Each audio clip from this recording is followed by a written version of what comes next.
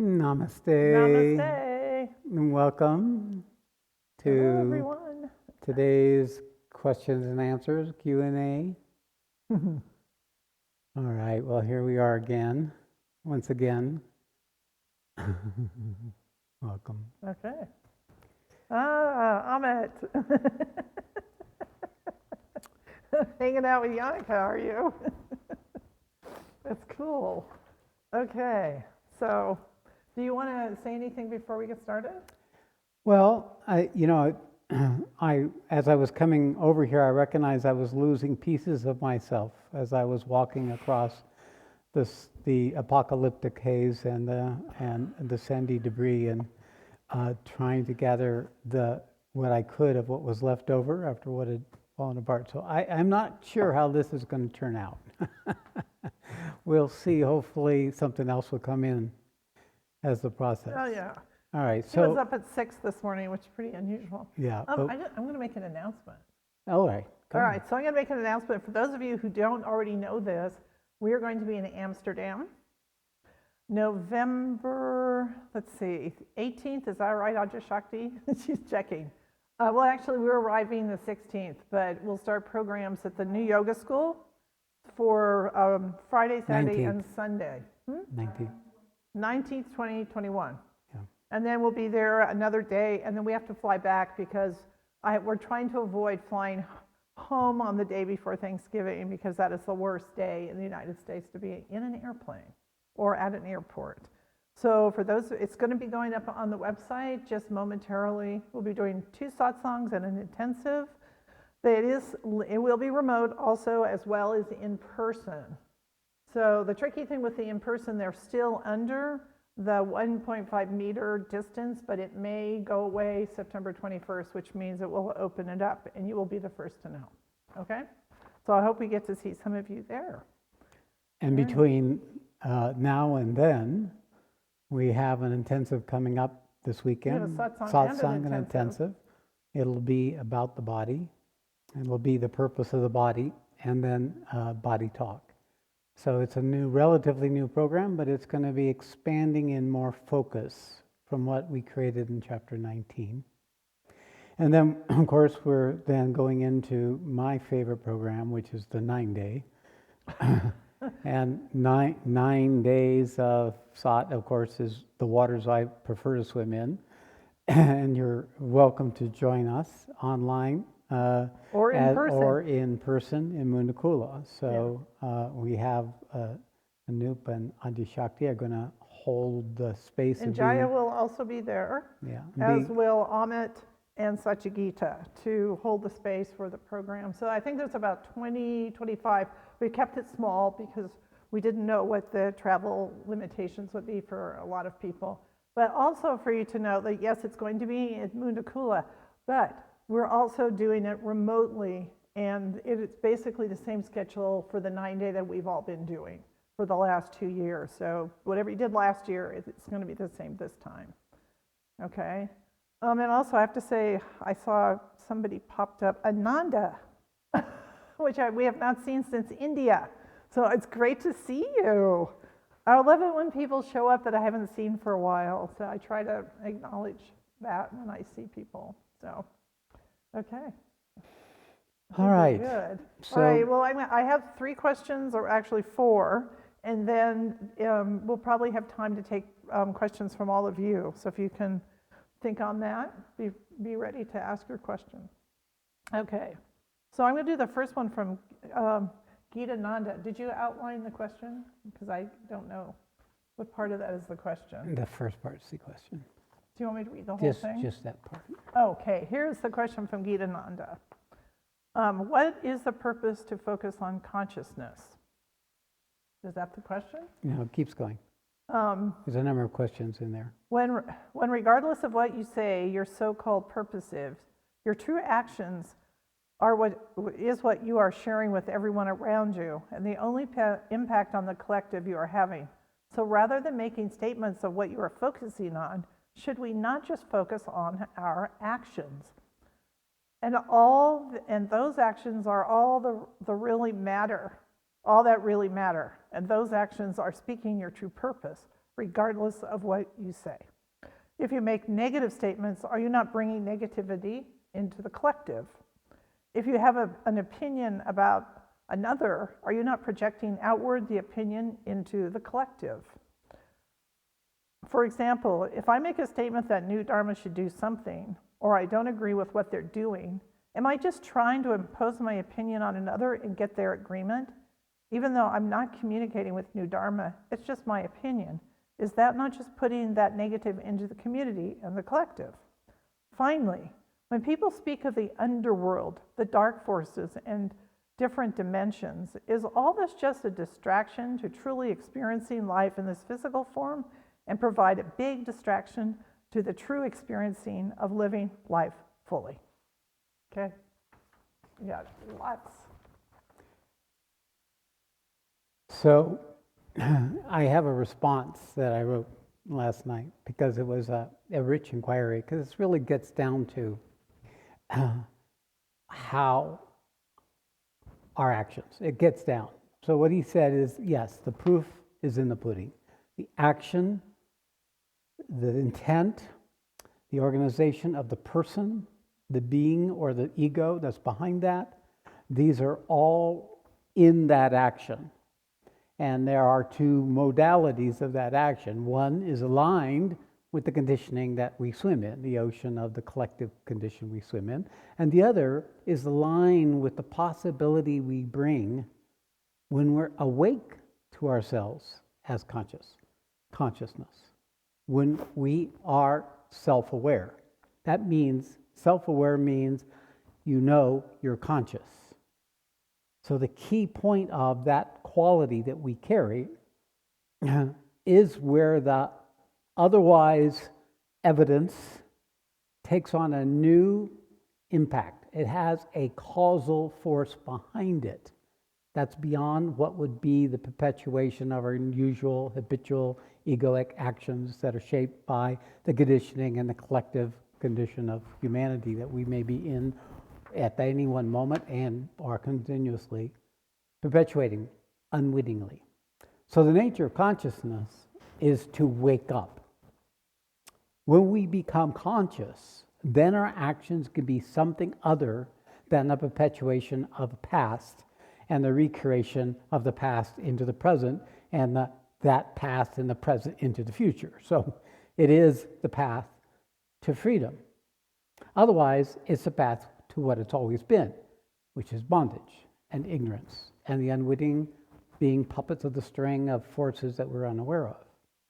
So without consciousness, the actions that are occurring do not have any relevance. They will simply be one more expression in a different form, in a different time, showing up once again. Remember, we don't live long enough to be able to gather all the wisdoms of all who have lived before us and actually learn to live aligned with those. So we forget, we lose track, we get distracted. So therefore, even when we are awake, we slip right back into the condition that we're all in. So there are some markers about this. Action is the proof of the pudding. Action is going to come to either the manifestation of a possibility for that which has not yet been manifest, or a perpetuation for a series of effects and causes that are already in place. But how to act is one of the key principles here. We have to be conscious. So what do we become conscious of? We become conscious of our motives. We become conscious of our agendas.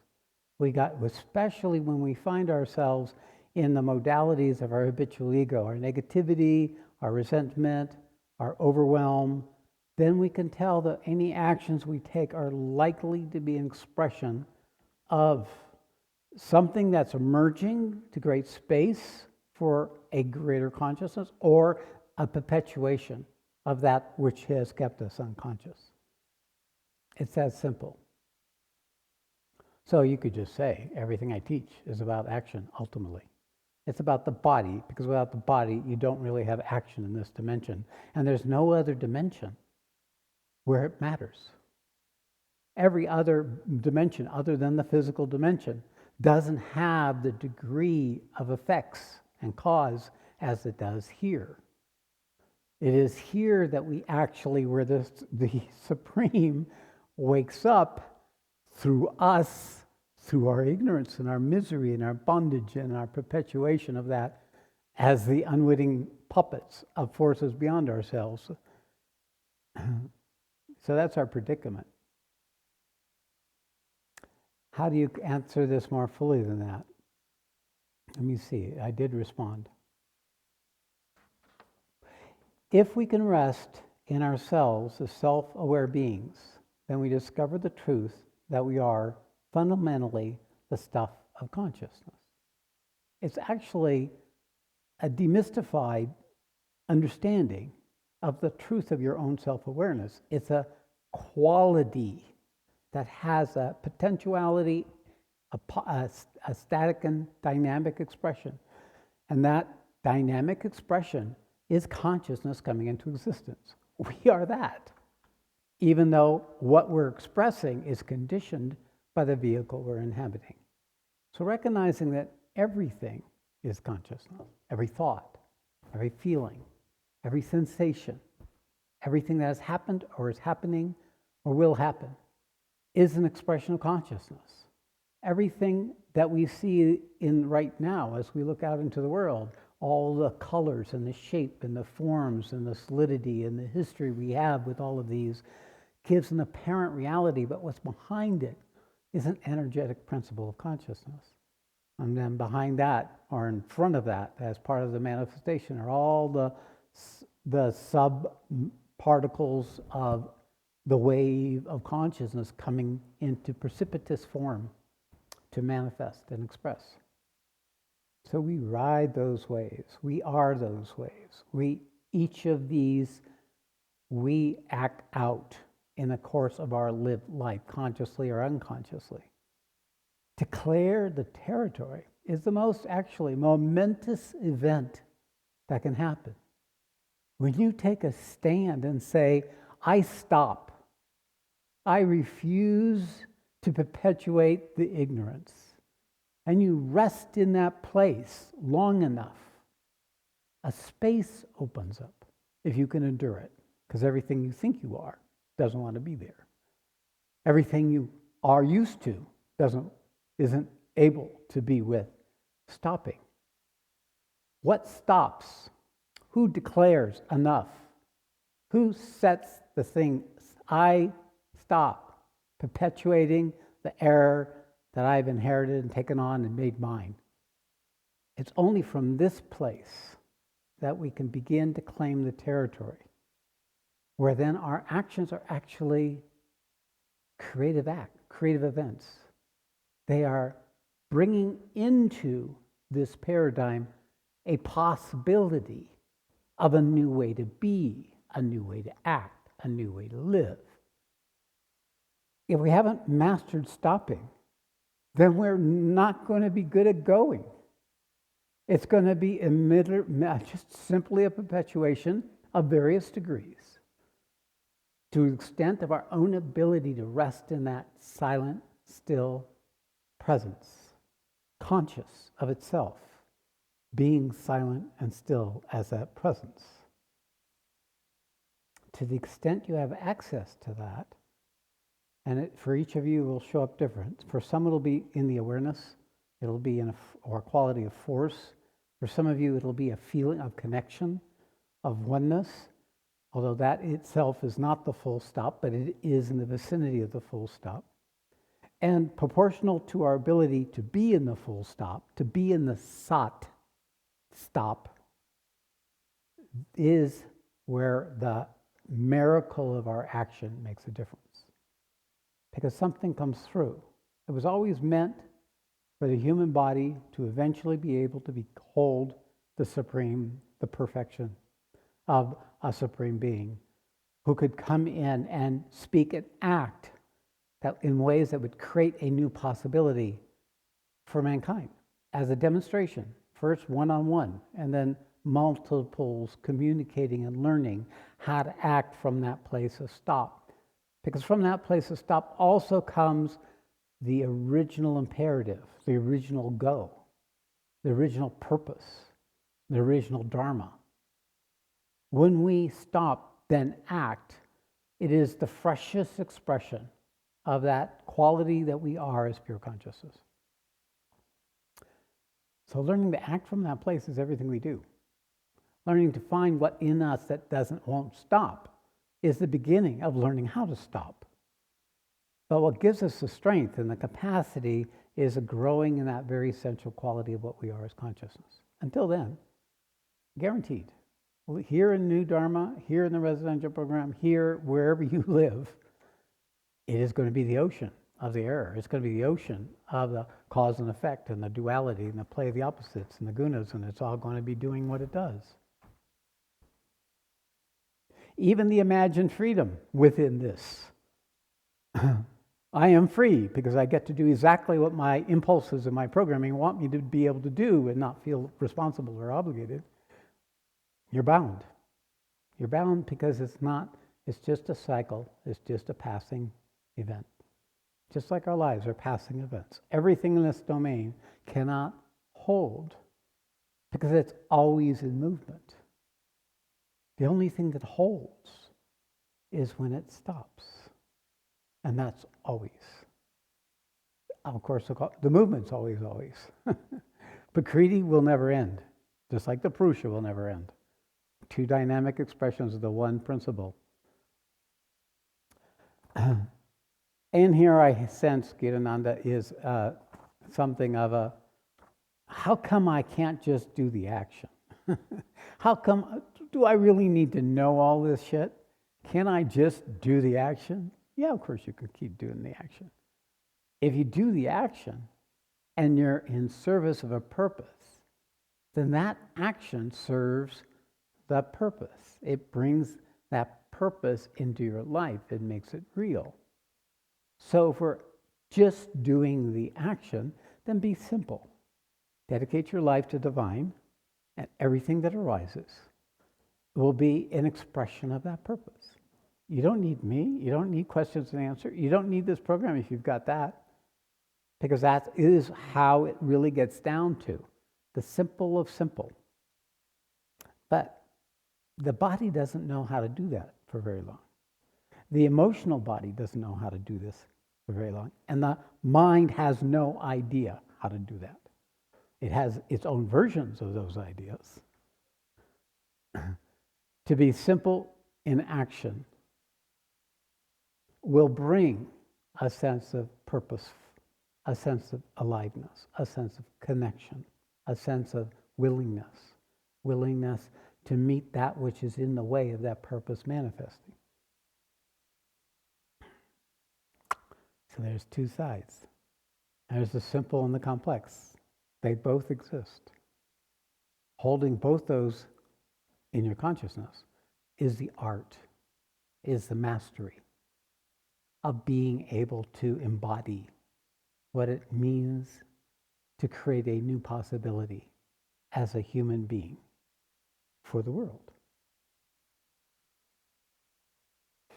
So I like these broad questions like this. Of course, you say, well, how can I convert this into something practical? So it was a little broad, but the fact is that's the predicament. Make your life an act of service, and whatever you do will serve that which you dedicate your service to.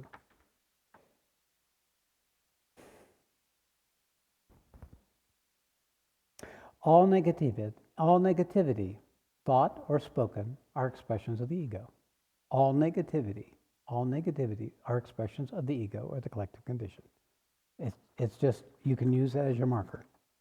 If it's negative, if you experience as negative, it doesn't mean that it's negative. It means that your assessment of it is the negativity within you. The true place of presence, everything's included. If there's resistance or projections or expectations, then it's clearly being run by the conditioning. Then you're a puppet on a string, being pulled by your instincts and your programming and your addictions and your habits and your patterns. So negativity is your doorway to recognize, I am maybe not right about what I feel I'm so right about. Maybe I got it wrong, or there's a possibility I got it wrong.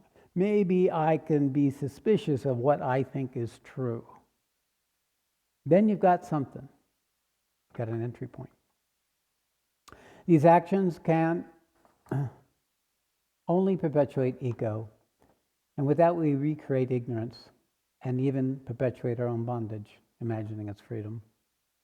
They're perpetuating the error and making little or no difference and missing the opportunity of being here, but also of the truth of what it means to live a divine life. Truly, sound and fury signifying nothing. This is what ego is afraid of, that it doesn't matter. Worse yet, that in fact it doesn't have a valid existence. It's a temporary construct of movement that disappears when we stop. Negative and positive. But in any one situation, if you can catch the negative, then you're opening the doorway for a positive that comes from a different place than negative or positive. A potential for something new, real, now, to come into existence. All right. Okay. A bit long, but there you have it. We have the time. All You right, can record it and listen to it and see if you can figure it out, and then you'll just forget it all and just do your service. Okay. Next, this is John Green. Hello, John. John. Sat Shree, I am learning to respond to dejection, despair as an opportunity, which has been very helpful in my personal search for the divine presence. Congratulations. That is a milestone. That is a paradigm change. That is a doorway. Congratulations, John. It is the recognition of where the work is. There's more to the question. Okay, but good. I just want to acknowledge, Okay. acknowledge truth sure. when it shows up. All right. Now, as apocalyptic-like devastation is escalating, here, if you live here, I want to know more about how to be, how to live. I often feel so heartbroken, hollow inside. The grief is so deep in my bones, yet I seem to go numb and disassociate. I keep coming back into my body, and it brings peace to the moment, but the problems we face are so immense. How do I work with my despair over common plight? What is my responsibility to myself, humanity, Mother Earth? It's interesting, John, because Sat Shree and I just had a similar conversation this morning, because it's so bad here right now with the amount of smoke we have and then everything else going on in the world. So We're actually, it's remarkable. Last month or so, we've been in a perpetual apocalyptic haze as California burns. I would imagine standing next to the fire is better than being downwind in this pocket that's holding a very, very high hazard levels of air pollution. So, and you have a front row seat on the despair. You have a front row seat on the suffocation and the loss of life that smoke represents. It has a suffocation on the hopelessness of mankind being able to act efficiently, effectively enough, which it has no evidence of doing except in absolute peril, to address this. Nature, of course, is a force, primal, first. It was here first. We are simply, inhabiting her world.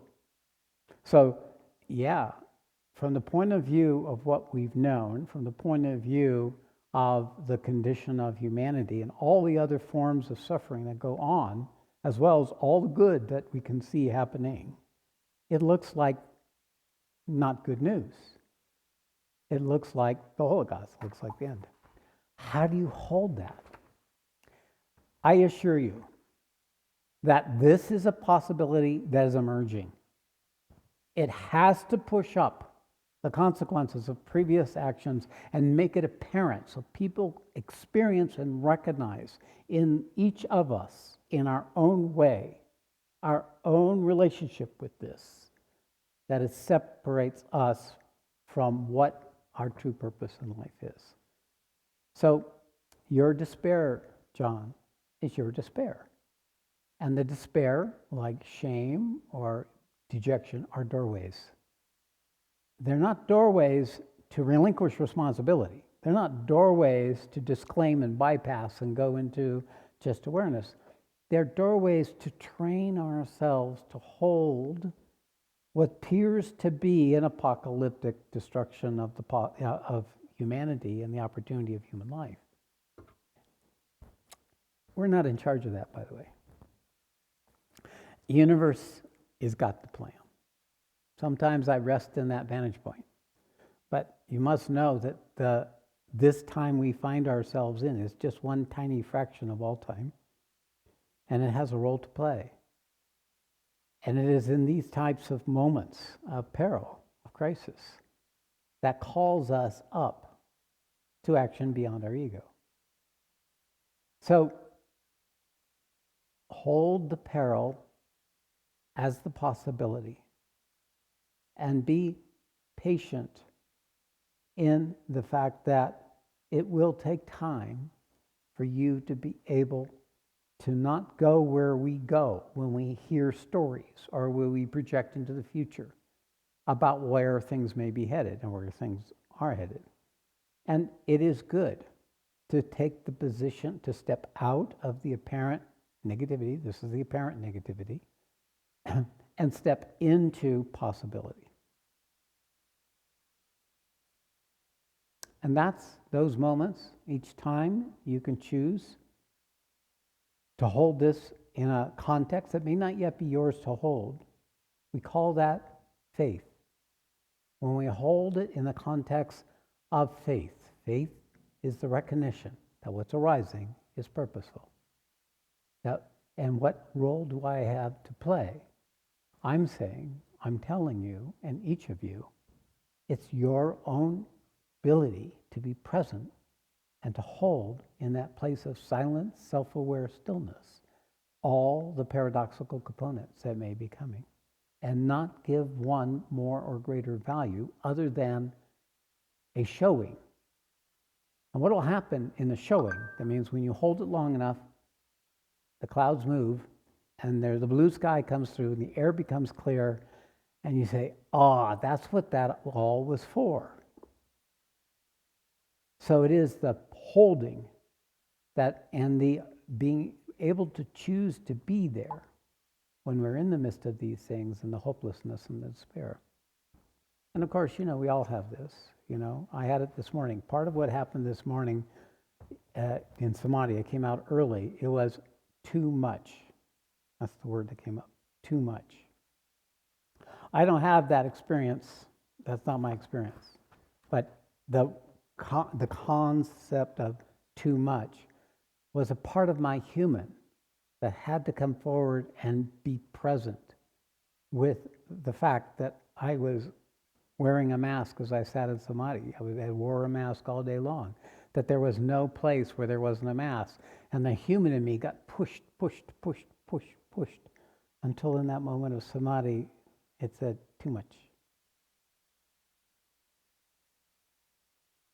And I hold the too much. And then I organize myself because I'm doing an intensive.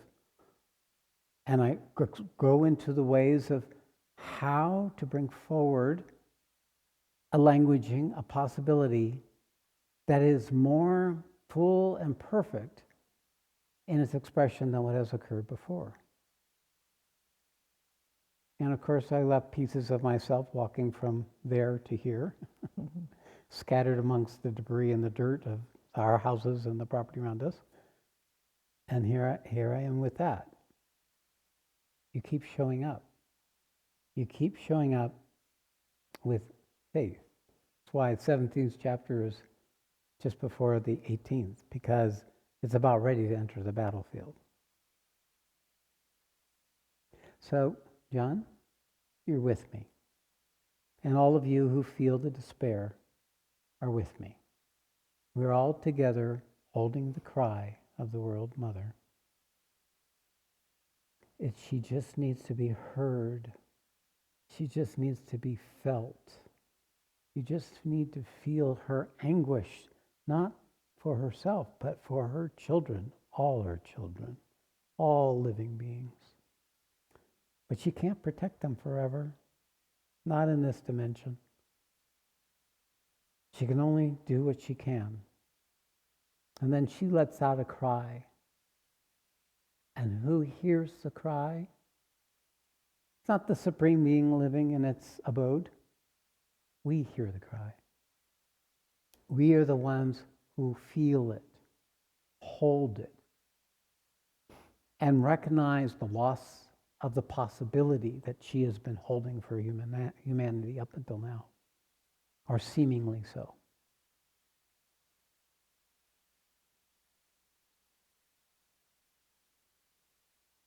So, thank you for that. You're just doing the work, John.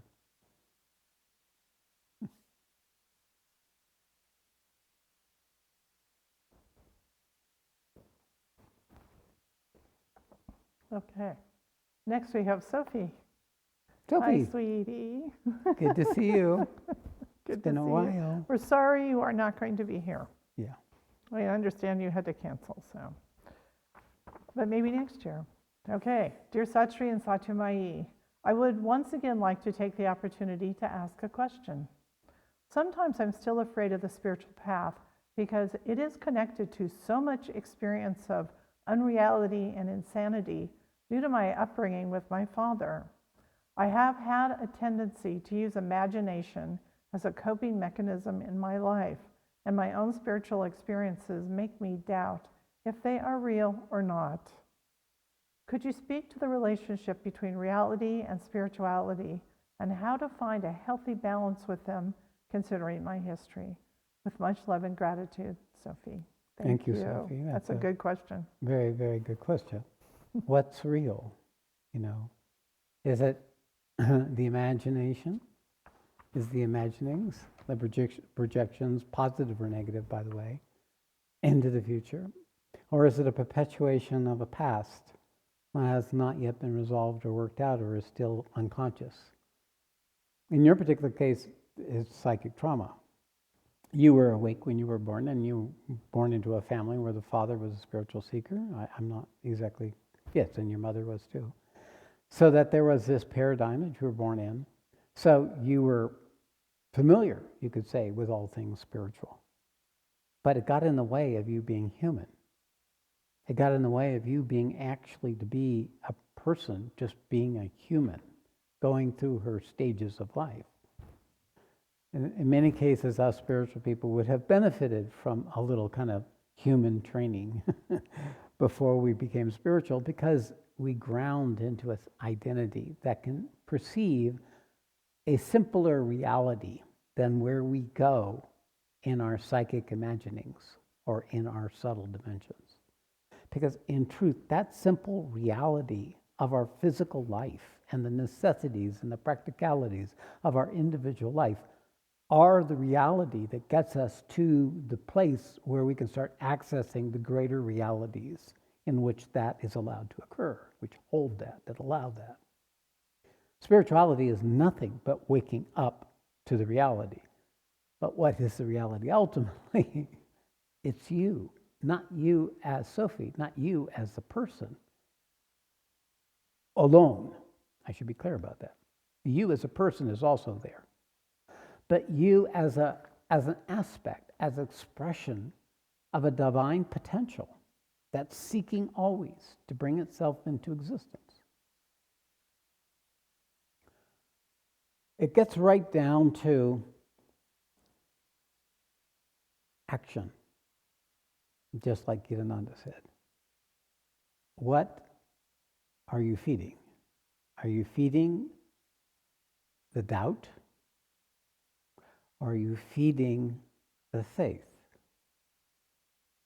I assure you, doubt has only one place. It only lives in one place. It lives in the mind. But it has a vital component to it.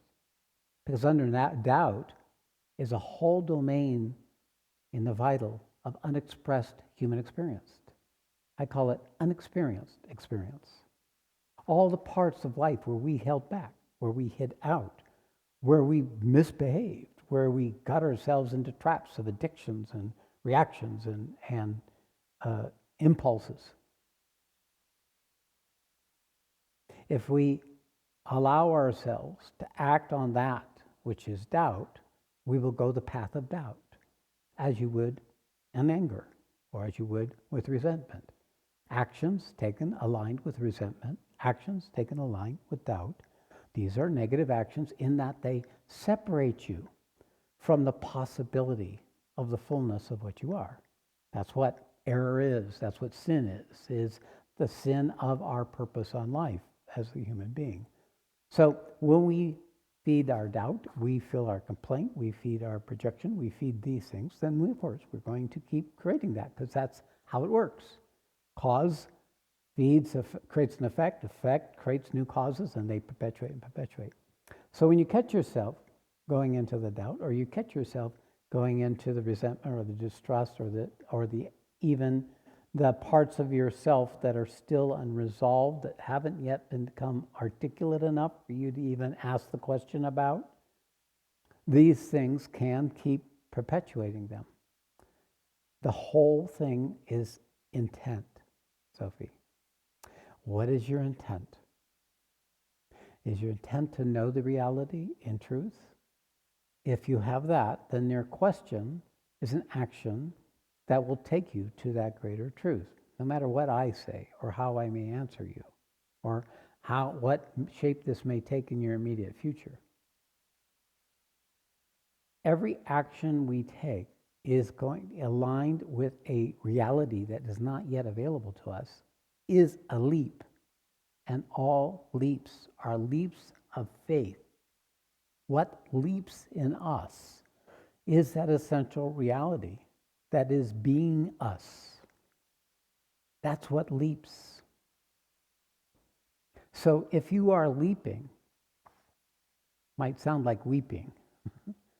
They may be correlated. This leaping, you're going beyond yourself, the self that you have been up to now.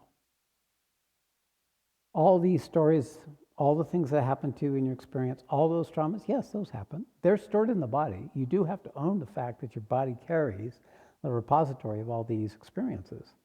But you are not just your body. You're actually the one who has a body. And you can use this capacity to choose to leap, to go beyond yourself, to then inhabit that true reality you are more in this temporary construct of the personality that you are. See, faith will get you there, doubt won't. Truth will get you there, untruth won't. Ignorance won't get you there. Knowledge, knowing, direct knowing will get you there. Learning to tell the difference is the whole art of waking up. The intelligence, its only purpose is to discern what serves the greater purpose and what doesn't. What is aligned with truth manifesting. Truth is always the reality. Truth is always what's here right now. Truth is always this. There's no other truth. All other truths are constructs. So the mind, even the intelligence, comes up with approximations of that simple truth, here, now, in the body, as it is. Getting there is a process.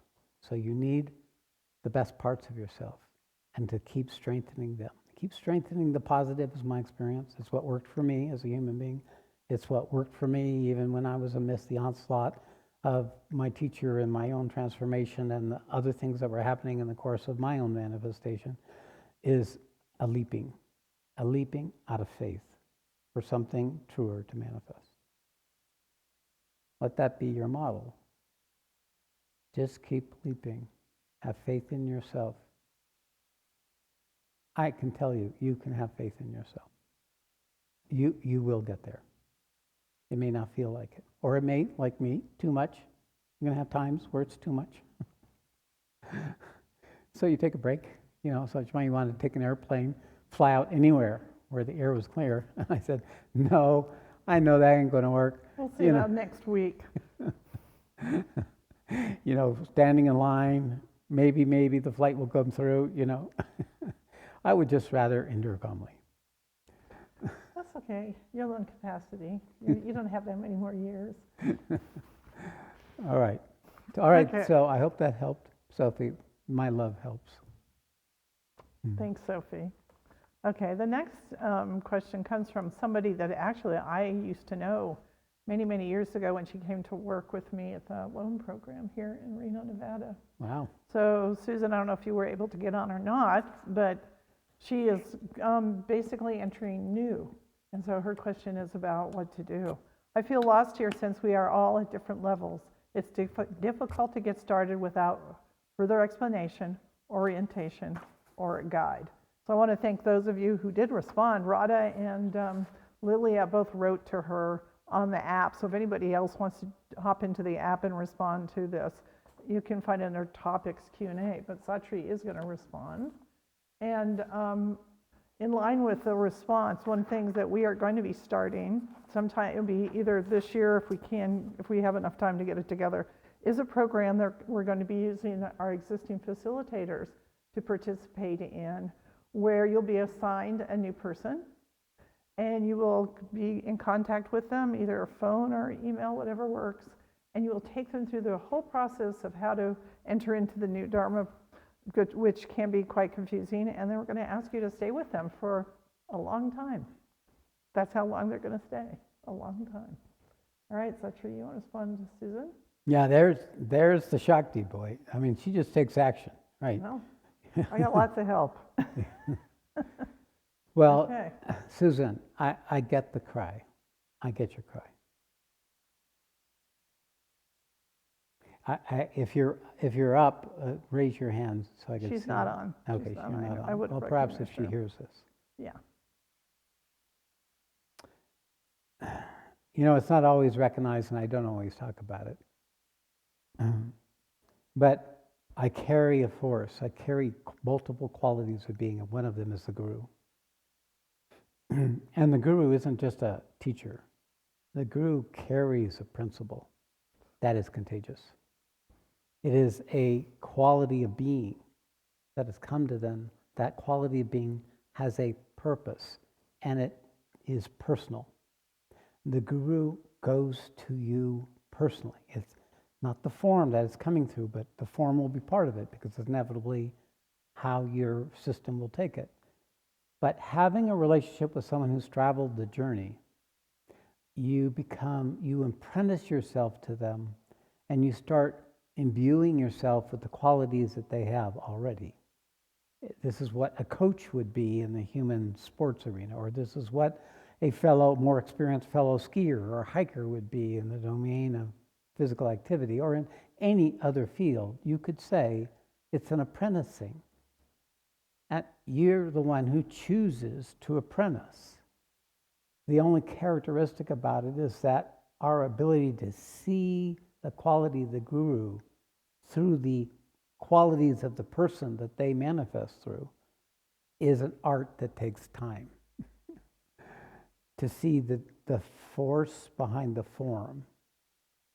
When we connect to that force, that principle of guru behind the form, we build a cord through that form to that force. And then that sets in motion a strengthening of the quality of what we are, our consciousness, our presence, our beingness. And it nourishes it. Like a matter of fact, it'll accelerate a process of growth, like a miracle grow. It'll be a catalytic movement where the very thing in you that's perceiving, I can't do this, I need to do this, but I can't do this, or I don't know how to do this, shifts from there to, it's possible for me to do this. It's possible that I can do this. And that movement isn't something that you can learn. It's something you open to receive. It's a grace. It's a flow. So what you just wrote was a prayer. and the universe responded through me. It was a sincere prayer because I could feel it, even though I don't remember you or recognize you, although Sat Shree does. I could feel your prayer. And that's what happens when we come out of our little human and we begin to connect to that greater quality and possibility that we also are.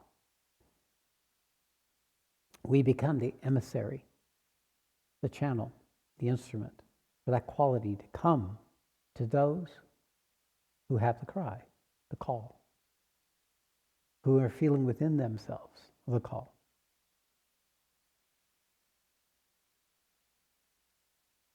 It's the supreme loving itself. That's what the Guru is. It's very personal in that way, not impersonal. And therefore more deeply, profoundly healing in that relationship. It goes beyond all sense. It goes beyond all normal paradigms. I was quite repulsed by my teacher for periods of time. I had a lot of judgments and projections around my teacher, too. I know the journey. But I knew that underneath it all, I was moving towards a relationship with the reality that's eternal. Just because I saw it in him was evidence that it was already there in me. So we choose a path, or it'll come to us. And then we choose that. And every path is an approximation of the one path. All paths will ultimately take us to the one path. That'll complete the journey. It just depends where you are in that movement. At first, there's many different ways. Poetry, something you hear on Facebook, something a friend says, a recognition of wisdom in your coach that's teaching you how to do new yoga poses. It's this movement towards a recognition of something that is longing within you. And in that, a movement towards that takes you in stages where the numbers of different sources become less and less as you grow beyond those, and it becomes fewer and fewer people are accessible to you until you pick that one, and that can take you beyond. How do you know? You don't know. You just have to trust that inner compass, that inner recognition that you develop through the course of many lives traveling out of the human paradigm into your divine spiritual paradigm.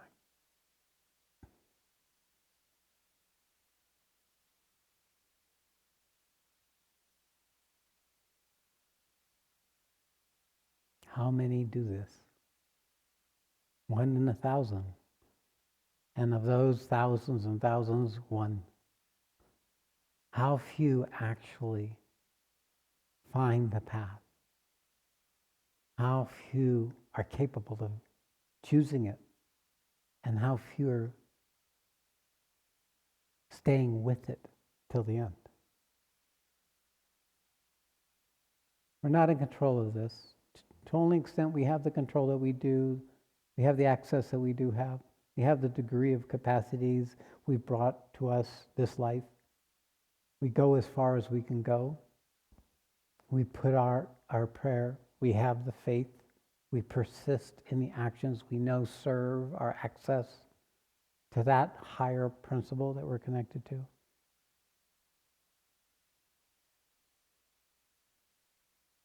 And then it happens this life or not. The Gita says there are 5 factors in action. Many of them have to do with our mastery, our ability to do yoga, our ability to organize ourselves. But there's this last one, that's the destiny. I remember when I was in India, I had a number of events that indicated this was the path. One of which is I got bit while I was walking on the inner trail in about the 2nd year I was in India by this strange beetle, this black polka dot beetle. My arm was all swollen up, and I went to my teacher, Shravananda. I said, "Oh my God, look at this. Should I get it treated?" And he says, "Well, what bit you?" And I said, "Well, this beetle with polka dots." I said, "Oh my God, that's evidence you're going to be enlightened this life." I used to put them on my arm, and they wouldn't bite me.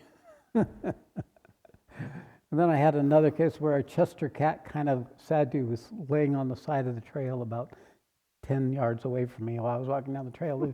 He gathered himself up and came running to me, and he said, I'm here to help you. I'm here to serve you. Please, please, please listen to me, please, please, because I have something I have to tell you. I have something to show you. I have something to bring for you. And I don't know who you are, buddy, but I don't have any money. Just leave me alone. And he just kept following me. Every time I go on the trail, he'd find me and he'd follow me. So I went to my teacher. I said, I got this guy who's following me around. And whenever I go on the trail and he says he's got a role to play, he says, go ahead, let him show you. Let him show you. So he took me to this temple and that temple, and he took me to this place and that place, and was using up all my little money. And I thought, this is a scam. I don't believe this. This is why is my teacher throwing me into this situation? And at the very end of it, the last time, he had given me some tasks. I was doing some tasks, and I said, look, that's it. I can't have 2 teachers. I have to have 1 teacher. I can't do this for you. I can't continue. I'm sorry. It's over. He said, you got to know, though, one thing before you leave. We had your astrology chart, and my astrologer said, in 9 years, you will reach the final goal. And I said, okay, good. Do I have to pay for that? No. All right, bye. 9 years later, the final realization came. See, there's a destiny factor. There's this thing that happens that's a reflection of the intelligence that comes into our lives in unexpected ways. Rarely, it is rare, in an unexpected way that bring evidence of what it is that you're to become. Now, I know in my own personal experience now that I went beyond what I was scheduled to go. And I know that why I went beyond what I was scheduled to go from this life was because of the incarnation being here. And so for a lot of us, the incarnation is like the wild card, the joker of the deck. The Krishna, the avatar, is a joker in the deck. Everything's thrown up in the air with that one thing we call destiny. It's like the secret gamut that the Supreme holds in its incarnations, where it's the ultimate trickster. He handed you this, and instead he gave you that. And that's what takes us beyond into that which we are. Now, this is how I talk when there's not much left of me. So I probably could be more focused in other conversations. I don't know, because I can't assess myself. But I leaped quite far with that question from Susan. And I believe that if I look at the key secret is to keep choosing the teacher. If I have any message, was that the 9 years that I spent with my teachers was 9 years of choosing. Just like Satchamayi, 30, how many years? 5 years of choosing. I chose this again, and then I chose this again, and then I chose this again, and I chose this again. And that was an innate intelligence that I didn't know I had. That could recognize truth and then keep choosing that to whatever version that I was able to access in the course of my life.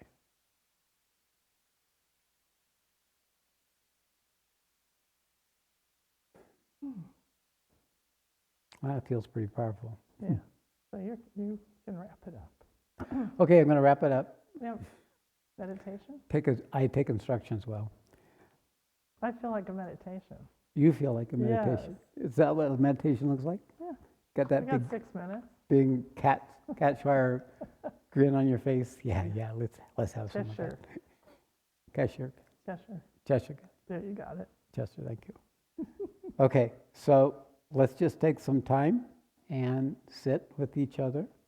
Take in whatever is there for you. And be in your body. Be here now. With that. We hope we see you this weekend for Body Talk. Yeah, do. It should be a really interesting one. He rewrote it today. I'm creating it, actually. I mean, I think there are some really specific things that I've kind of glazed over in my other talks that really are. There's going to be a hands-on application on how to listen to your body. So, and the satsang is going to be about the purpose of the body. So they're going to be related to each other. So do join us. Okay, 5 minutes exactly. Perfect. Thank you. Okay, wake up, wake up, wake up. Come on. What, you think I've neglected you? Come on, inside there. Is it working? There we go. Everything is losing pieces around me. All right. It might be more true than I even know. All right, so let's sit in silence, stillness.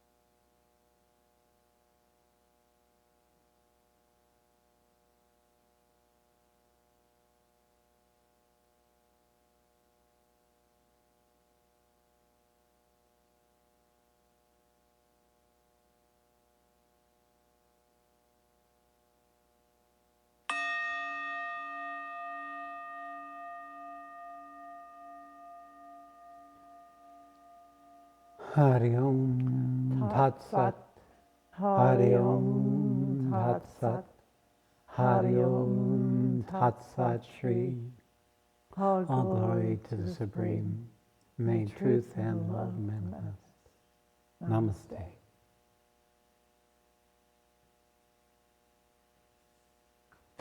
Thank you all.